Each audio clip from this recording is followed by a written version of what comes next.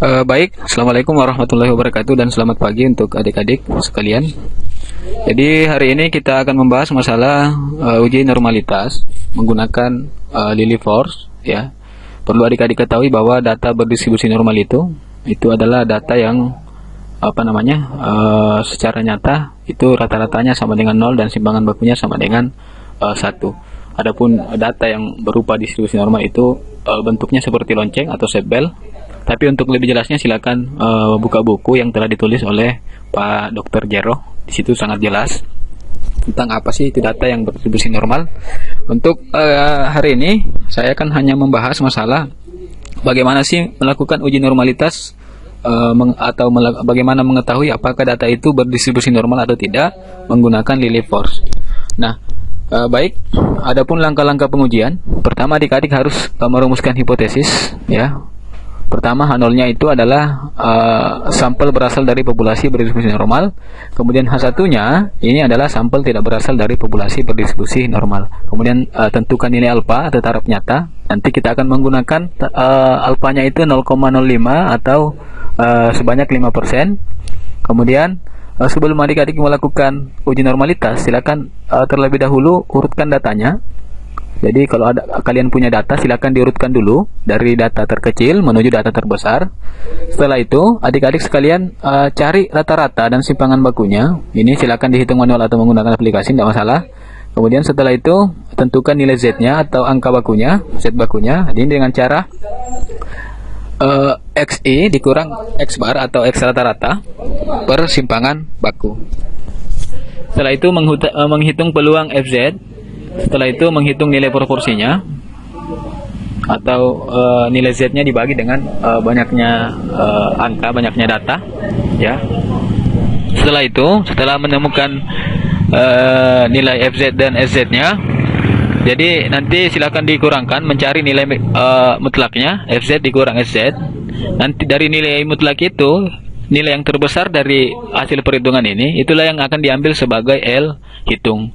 L hitung ini akan dibandingkan dengan L tabel atau Lilly Force tabel. Nanti silakan saya akan berikan Lilly Force tabelnya. Jadi ketika L hitung itu lebih kecil daripada L tabel, maka data itu berdistribusi normal. Tapi ketika L hitung itu lebih besar daripada L tabel, maka dia tidak berdistribusi normal. Baik, saya pikir untuk lebih jelasnya saya akan memberikan sebuah contoh.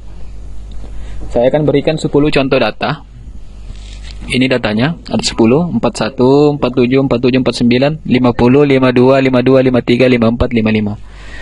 Kita akan mencari menggunakan Lilly Force dengan berbantuan Excel. Jadi saya copy datanya dulu sebelum membuka Excel. Copy. Kemudian silakan buka Excelnya. Jadi di sini ada beberapa hal tadi yang perlu kita persiapkan. Pertama tabel X, kemudian Z, kemudian FZ, kemudian SZ, kemudian nilai mutlak FZ dikurang SZ. Baik, untuk nilai X-nya, nilai datanya tadi saya copy, ada 10 data tadi. Baik, ini datanya.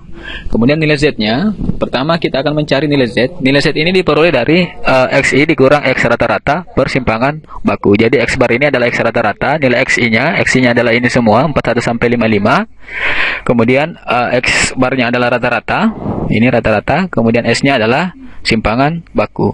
Baik, untuk menghitung rata-rata, silakan klik sama dengan, kemudian average. Di Excel itu average rata-rata.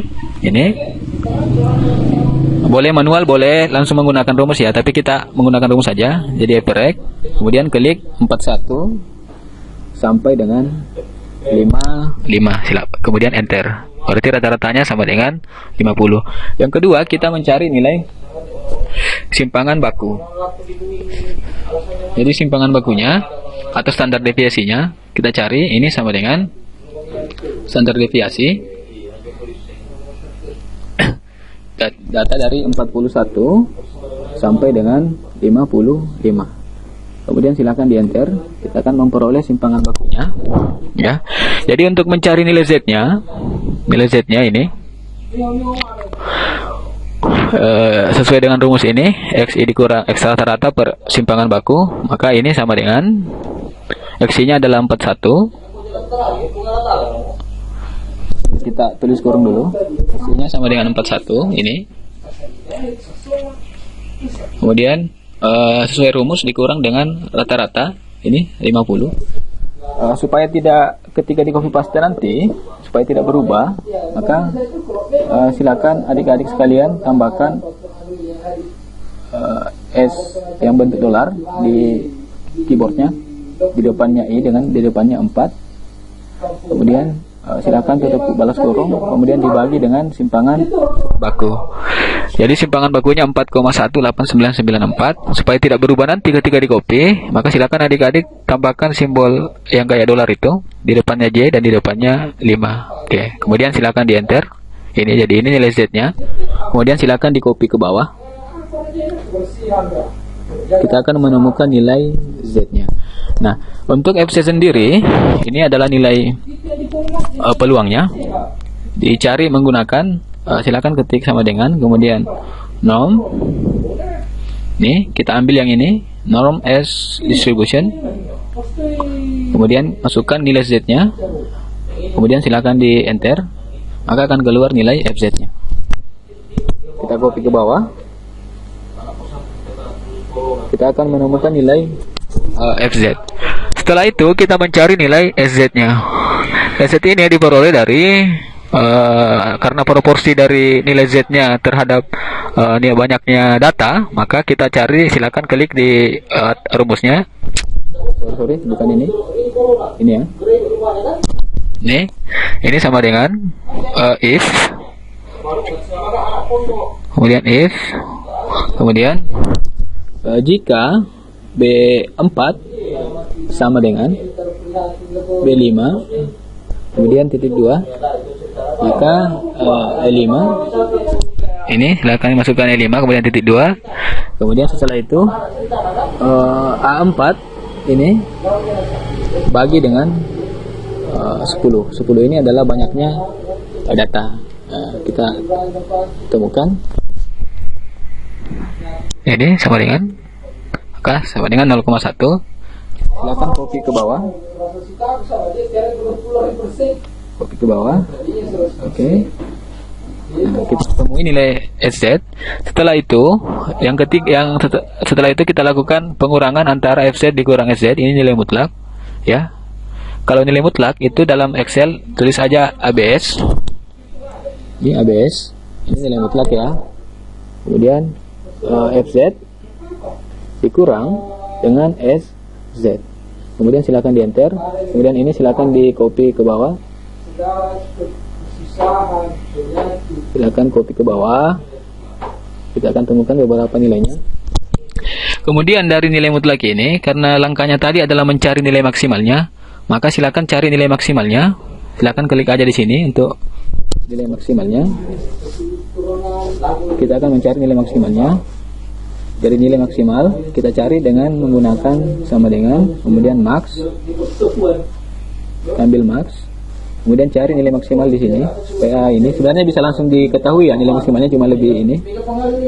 Oke, kemudian silakan di enter. Maka kita menemukan nilai maksimalnya dari sini. Nilai maksimal ini itu adalah 0,11636892. Ini ya. Mana ya? Ini ya. 0,1163 ini. Ini yang akan menjadi L hitung. Jadi L hitung kita copy ini. Jadi L hitung sama dengan 0, sorry. Jadi L hitung adalah 0,11637. Kemudian kita lihat L table. Saya sudah siapkan L tabelnya di sini atau Lily Force table. Tadi kan ada nilai alfa kita gunakan adalah 0,05. Kemudian ada 10 N-nya 10 atau ada 10 sampel, maka yang kita gunakan sebagai standar adalah nilai 0,05, kemudian 10, di sini ada 10, maka dari itu 0,05 ambil 10 ini, maka kita akan temui 0,258 ya, 0,258 diambil dari 0,05, kemudian dari banyaknya data itu ada 10, berarti 0,258. Nah, kita kembali ke Excelnya, maka L tabar adalah 0,258 0,258. Nah, sekarang keputusan kita tadi bahwa apabila L hitung lebih kecil daripada L tabel, maka data ini adalah berdistribusi normal. Karena di sini L hitungnya 0,11637, kemudian L tabelnya 0,258, maka dari itu kita berasumsi bahwa data ini berdistribusi normal. Oke, baik. Saya pikir cukup seperti itu. Saya kira Assalamualaikum warahmatullahi wabarakatuh dan selamat pagi untuk adik-adik.